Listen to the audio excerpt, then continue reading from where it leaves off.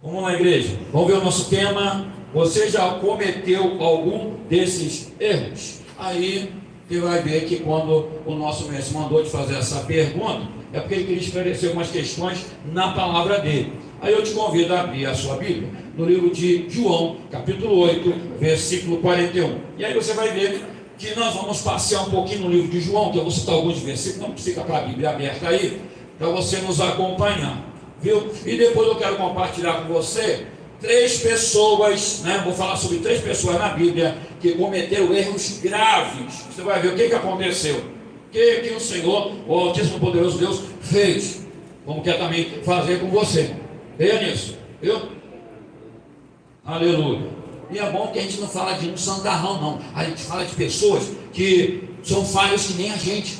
E o Senhor mandou botar na palavra dele para servir de exemplo para mim e para você. Eu falo, Senhor, tu é tremendo.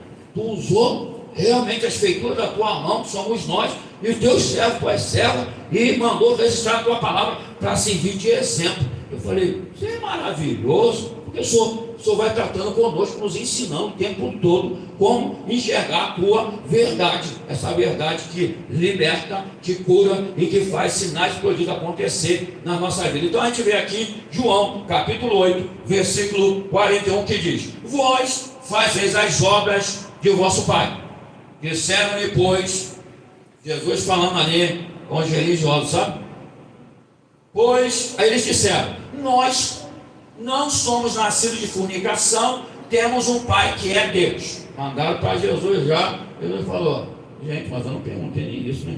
Eu estou parafrasando sem entender. Mas você vai entender, viu? Isso que eu quero orar com você agora. Senhor, muito obrigado pela sua palavra que vem nos esclarecer, tirar toda dúvida e nos colocar certeza que nós podemos confiar em Ti, ter fé em Ti, porque, Senhor, Tu trabalha, Tu age em favor daquele que crê em Ti. Então quero te apresentar nessa noite todos que creem em Ti, tanto pelo canal, quanto aqui no tempo que aqui estão, Pai, prestando atenção agora, a partir de agora, naquilo que Tu há de revelar pelo Teu Espírito Santo a cada uma de nossas vidas. Então nós queremos te convidar, Senhor, sinta-se à vontade, é o Teu povo, é a Tua igreja, é os Teus convidados que estão pelo canal, aqui no templo também, que Tu possa tratar com cada um deles, porque são feitura das Tuas mãos. Por isso nós te agradecemos pelo Teu agir, pelo revelar a Tua palavra, em nome de Jesus. Eu ouvi um amém?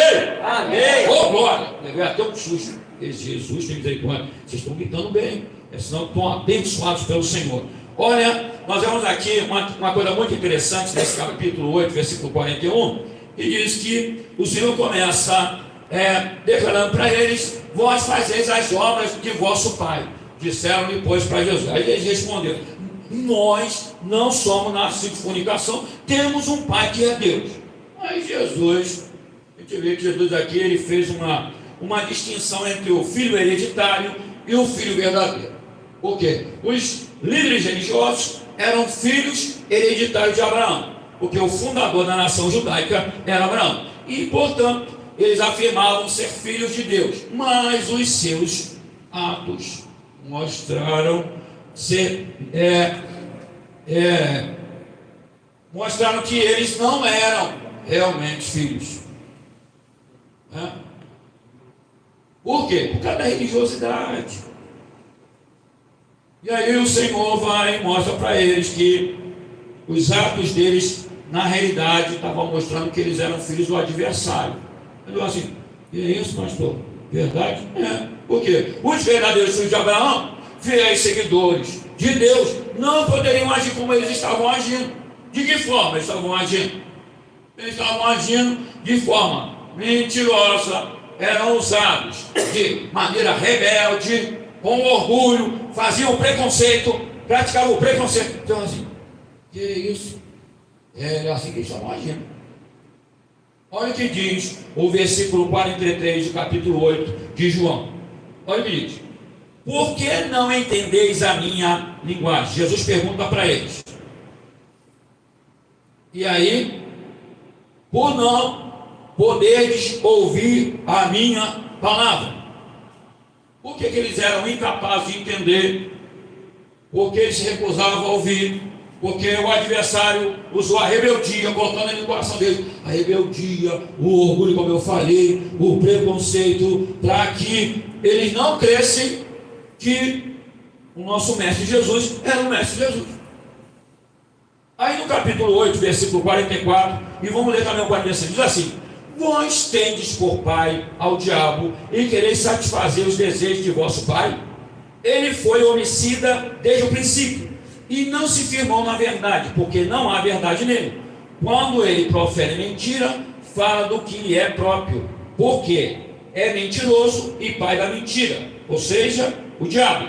Mas porque vos digo a verdade, não me credes. Porque as atitudes deles, irmãos, claramente eles identificavam que eram seguidores do adversário. E eles não podiam ter consciência disso, mas o seu ódio em relação à verdade, as suas mentiras, as suas intenções assassinas, indicavam o controle do maligno, que o maligno tinha sobre eles. E aí foram instrumentos malignos para levar a cabo seus planos. Falavam a mesma linguagem dos mentirosos, e aí o adversário, o Senhor mostra através da palavra dele, que muitas vezes ele usa pessoas para atrapalhar a obra, obstruir a obra do Senhor. Mas veja bem a pergunta que o mestre faz no capítulo 8 mesmo, agora no versículo 46. Quem dentre vós me convence de pecado? E agora pecou, né? Agora, Jesus agora foi mais firme com eles. Quero saber dentre vós, quem me convence de pecado? Ou seja, quem vê em mim erro, quem vê em mim pecado? Só faltava Jesus, atire a primeira pedra. Eita, Deus não falou isso não. Mas aí a rapaziada ficou meio que irada.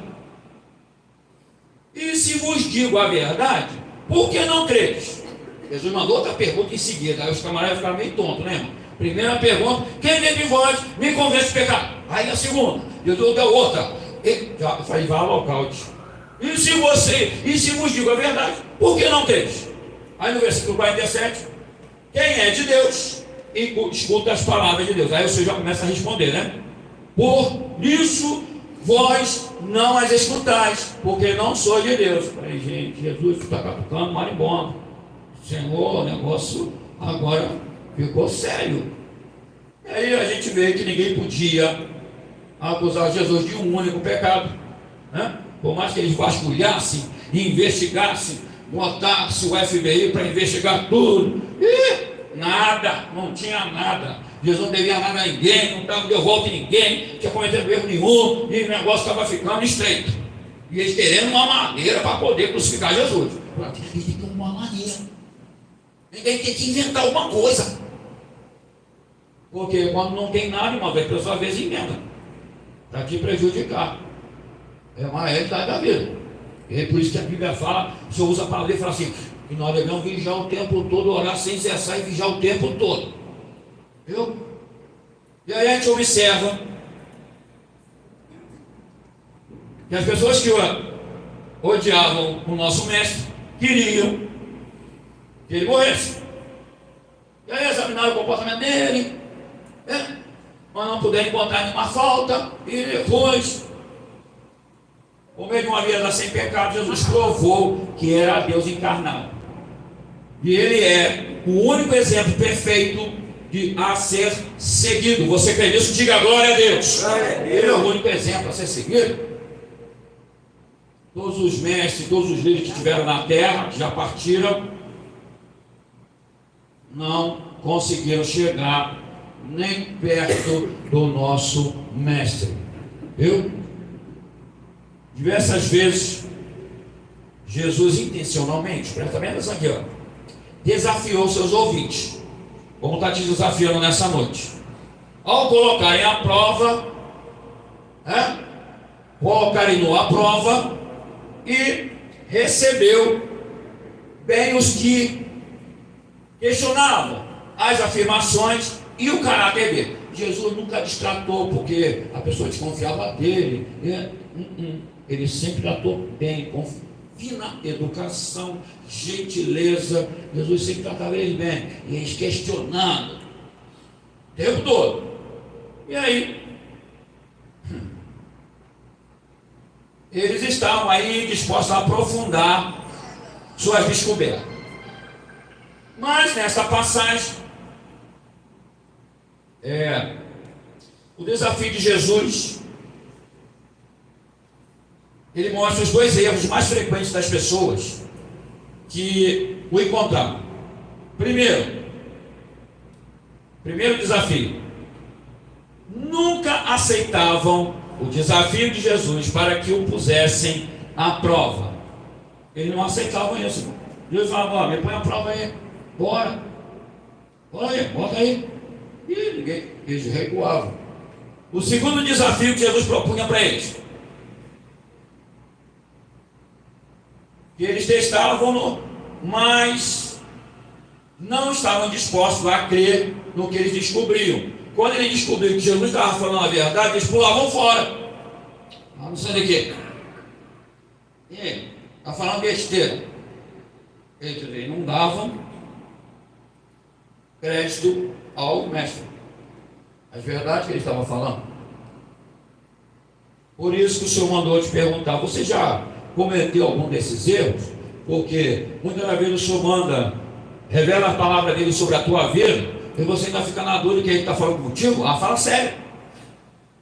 Você pode pedir também para ele desenhar. Ele vai desenhar para você.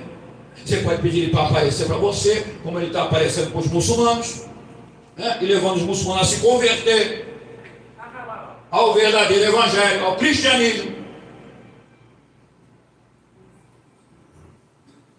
Mas ele, em momento algum, ele se impõe. Ele prova para mim e para você o que ele pode fazer por nós. Ele prova. Mas que ele só vai fazer se você tiver a fim de crer e de viver o desafio com ele. Ele manda te colocar dessa forma. Por quê? Porque você pode desafiá-lo, mas ele também vai te desafiar.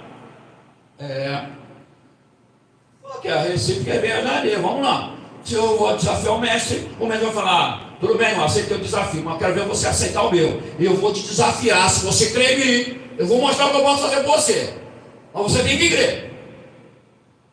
E você crendo, você precisa deixar ser Senhor na tua vida. A pessoa fala: pô, aí tu já pegou pesado, Jesus. Peraí, vamos devagar. Eu tenho minha religião. Aí ele vai falar para você: eu não estou falando de religião, eu estou falando de vida. E vida em abundância. Nem é qualquer vidinha não. E comigo você não precisa usar nenhuma indumentária para dizer que você me serve. Basta você me obedecer e viver a minha palavra. Só isso. E aí eu vou mudar o seu sorriso para um sorriso verdadeiro. Eu vou mudar o teu semblante. Você vai passar a brilhar a minha luz. E todos vão perceber, sem você abrir a boca, todos vão perceber que eu sou na tua vida. Você crê nisso, igreja? Amém. Oh, glória. E é assim que ele faz. Ele não precisa de argumentar, ficar isso, fazendo aquilo, fazendo tudo. Não. Você só precisa ser você, simples pessoa. E se entregar realmente a ele. Então, peraí.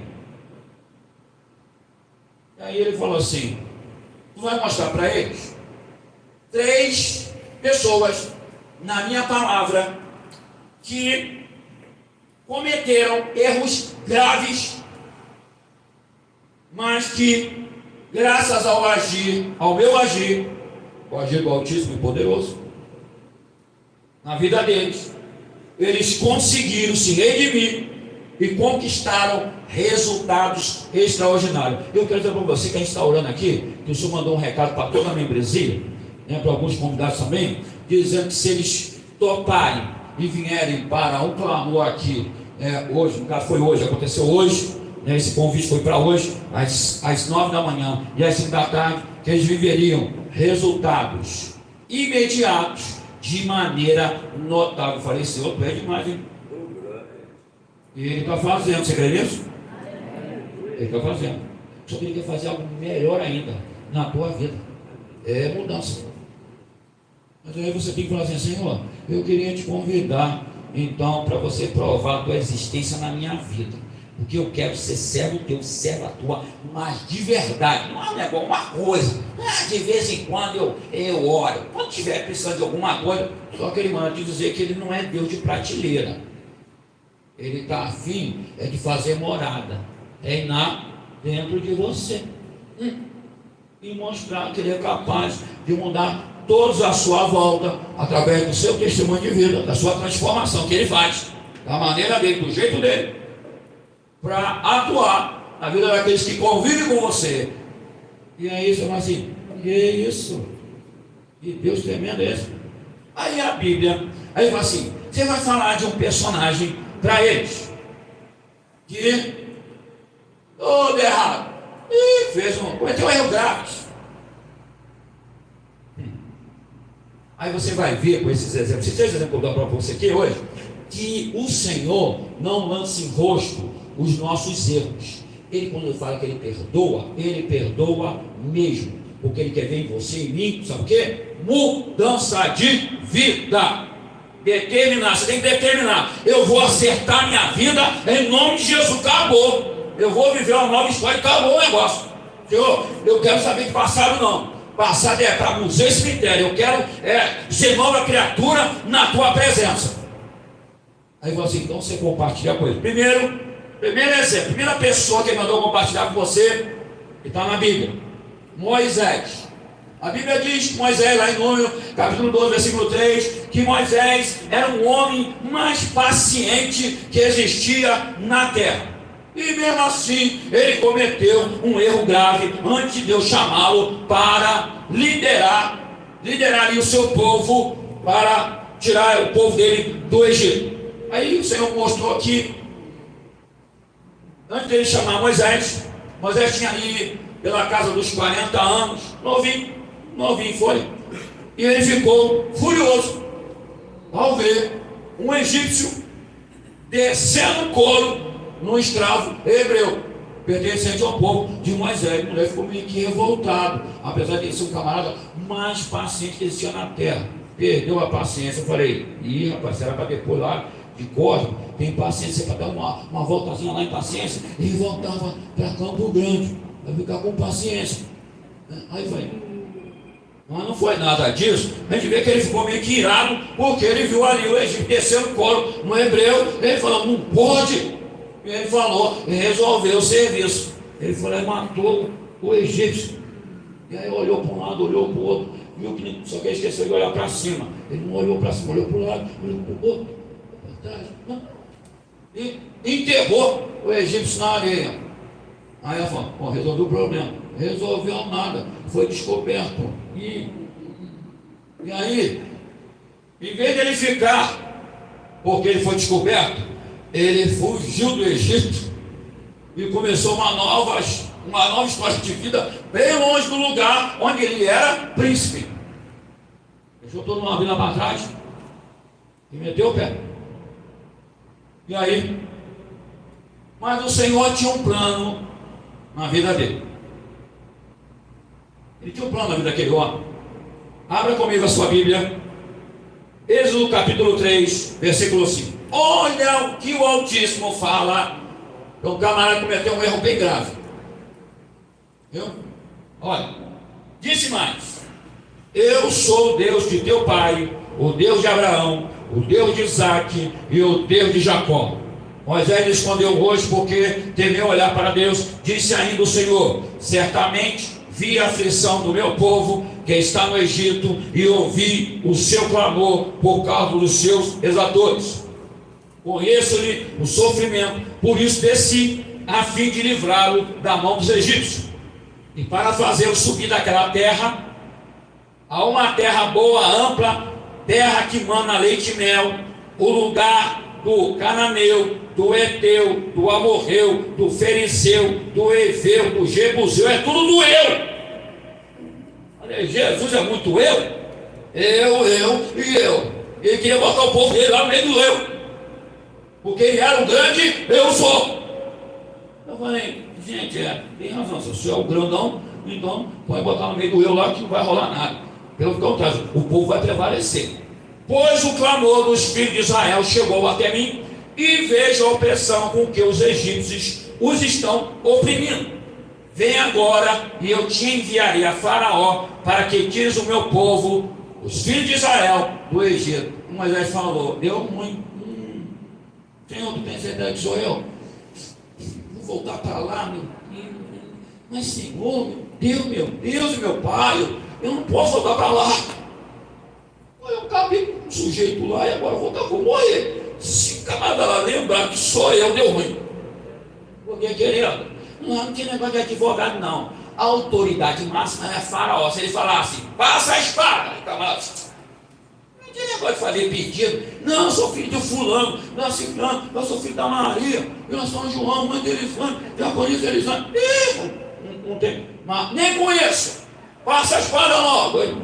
Que isso, gente?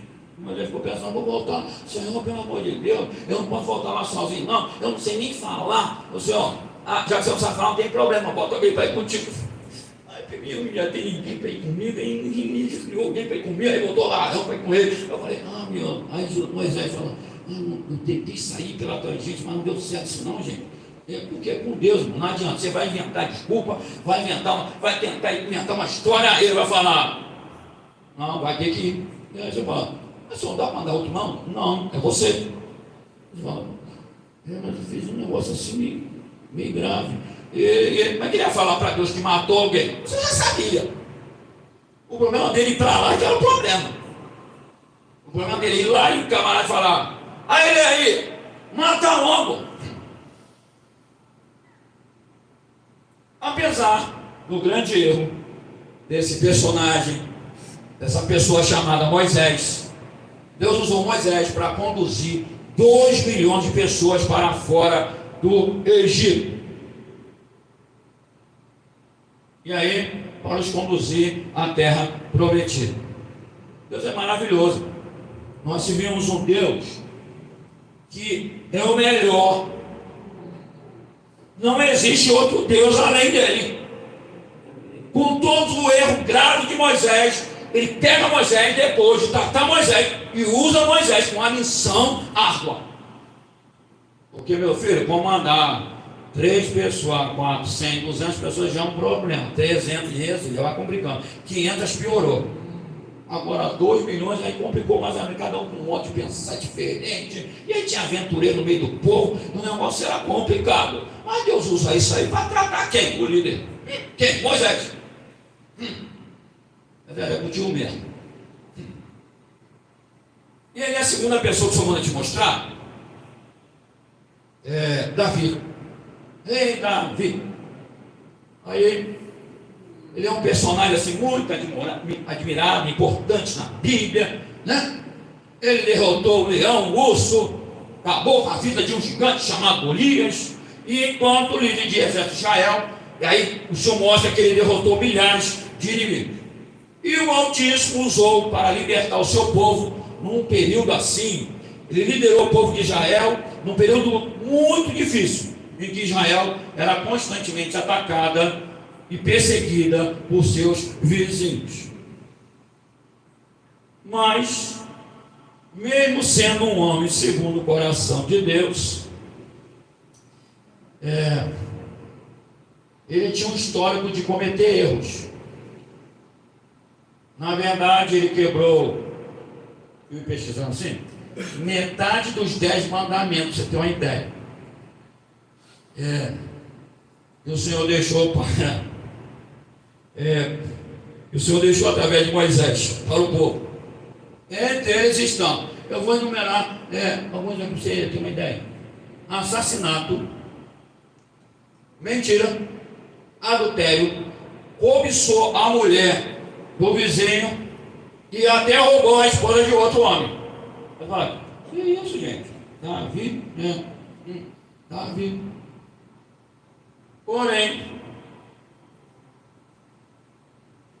por mais que os pecados de Davi fossem assim muito graves, ele confessava e pedia perdão ao Senhor.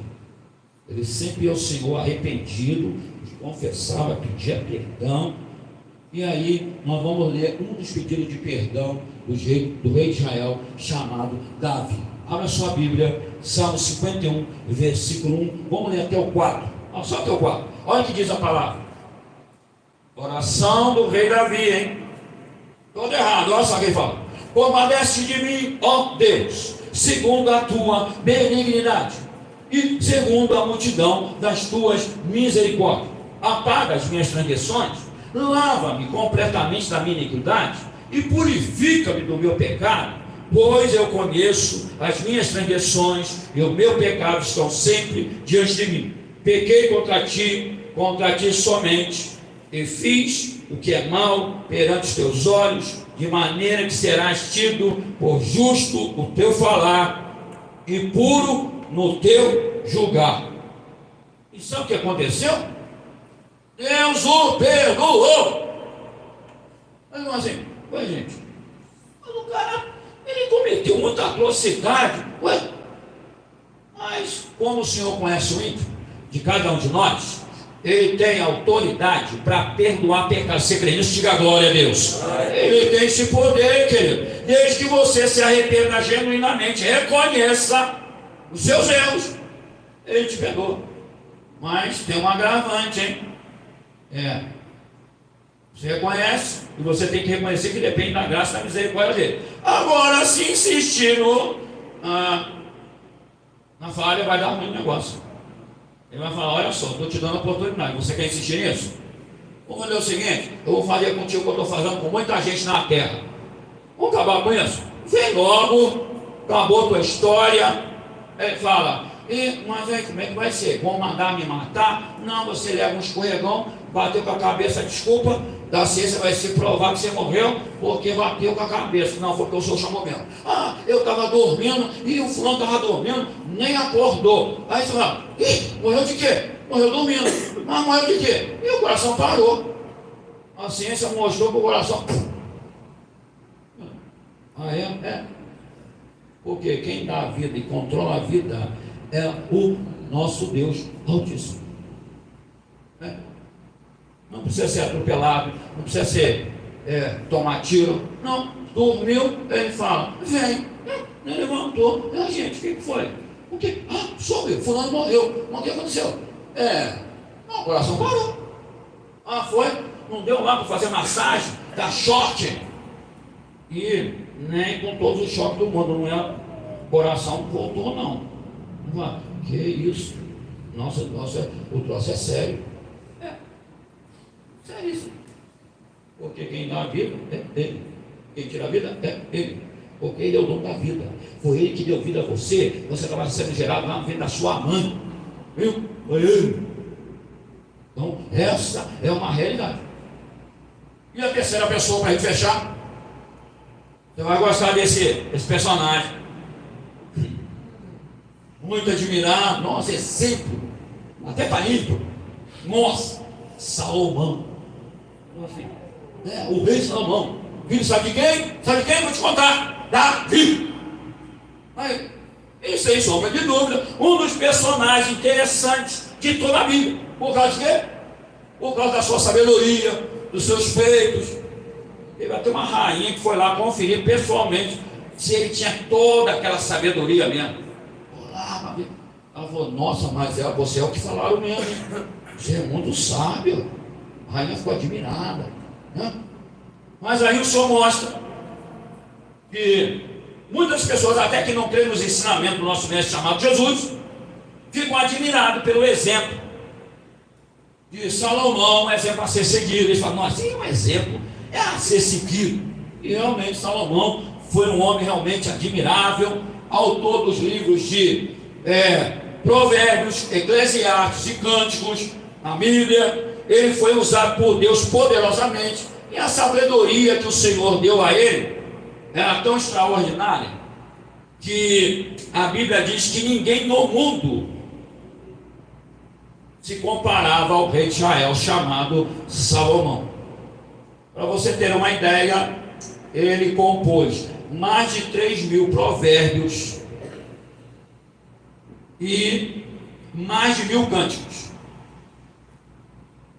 Mas toda essa sabedoria, aí vem um agravante agora. Jesus tem misericórdia, não dá para pular essa parte, não. Não, tem exemplo, tem que falar.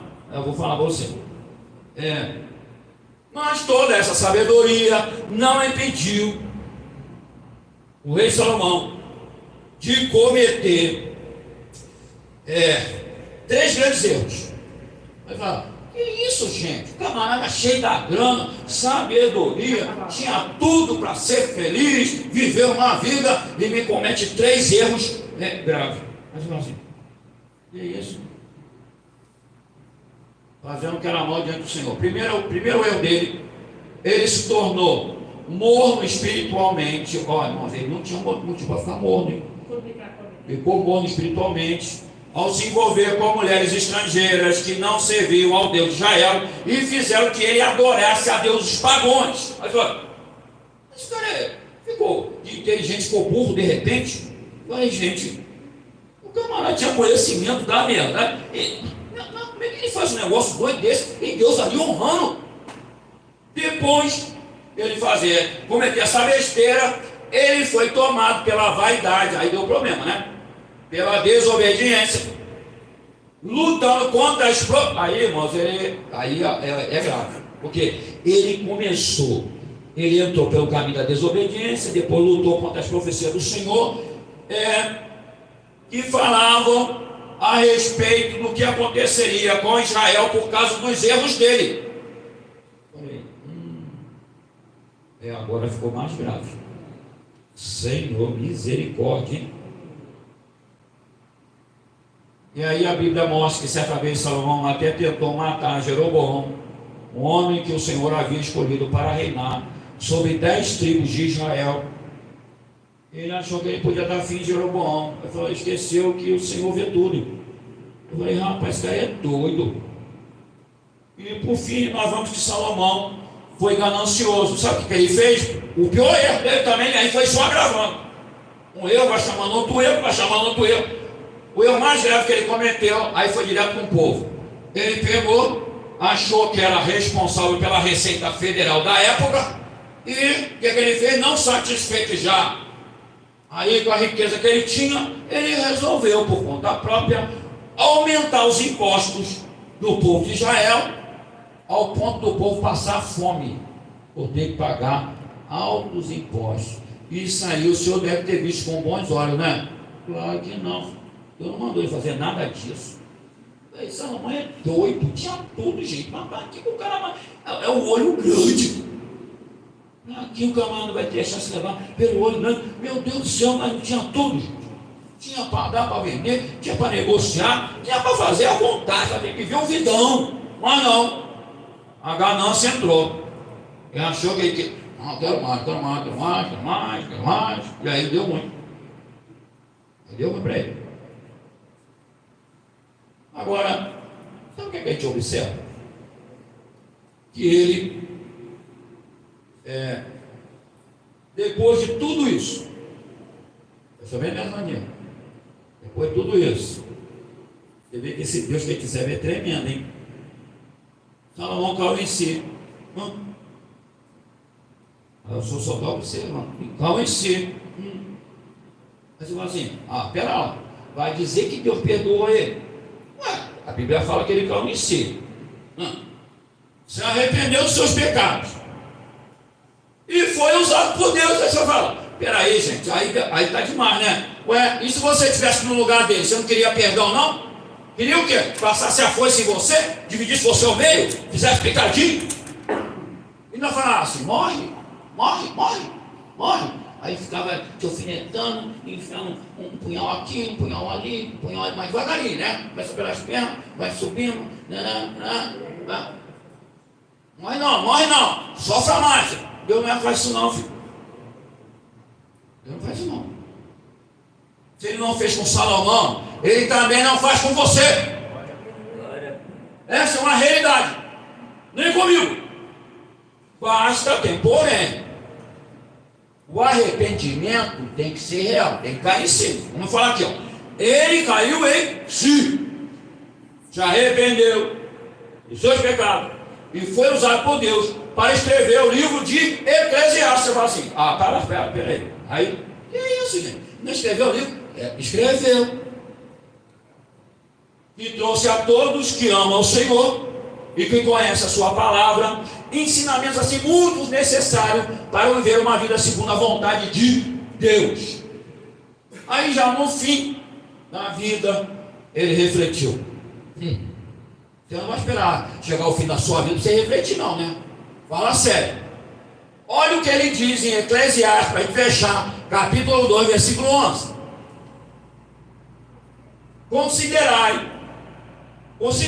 Ele fala, considerei todas as obras que fizeram as minhas mãos.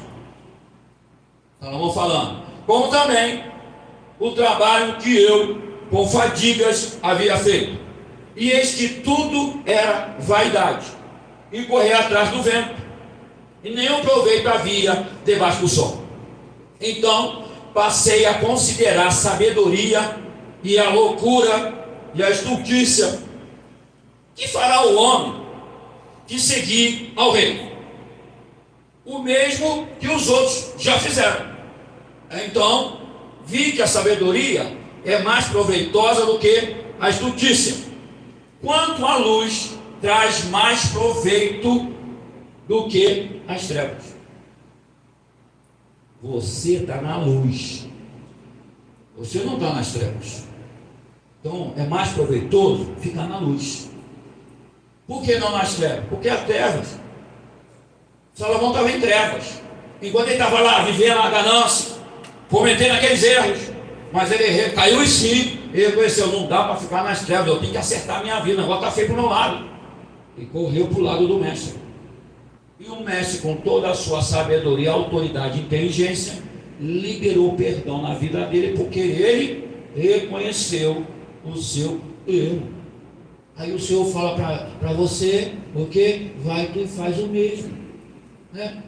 Reconheça a sua dependência dele, porque a proposta dele é perdão para a tua vida.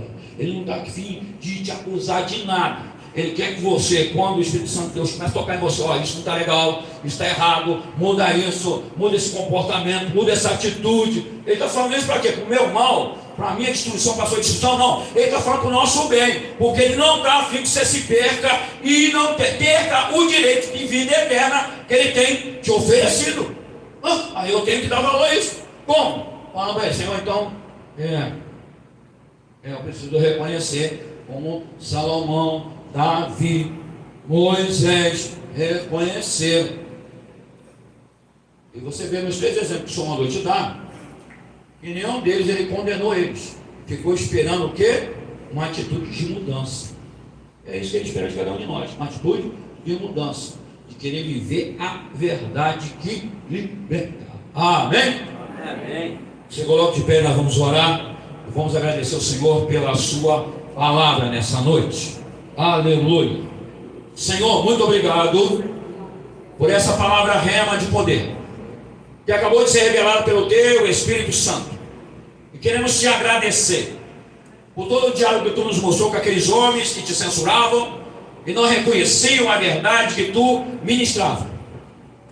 Pai, mas tu nos trouxe esse exemplo e mandou que eu citasse 3 exemplos de vidas aqui ilustres, Pai, que também foram falhas, mas tu mandou que mostrasse para o teu povo, para aqueles que aqui estão pelo canal, que visse essas falhas, mas que independente das falhas, tu liberar o perdão, ainda os usou para fazer uma grande obra na terra.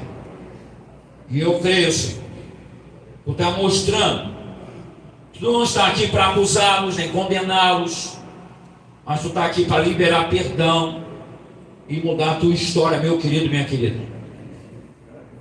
Que você possa crer que o nosso Deus, ele não é um Deus que vem condenando as pessoas.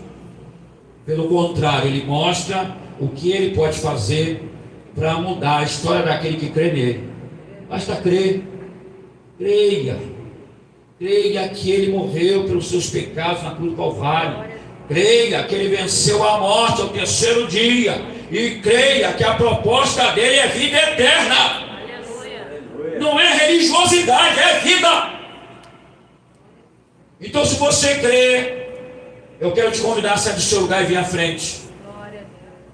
Que você possa tomar a decisão também, você que está pelo canal, que está afastado, que ainda não declarou que é de Cristo, que recebe Ele como Senhor da tua vida.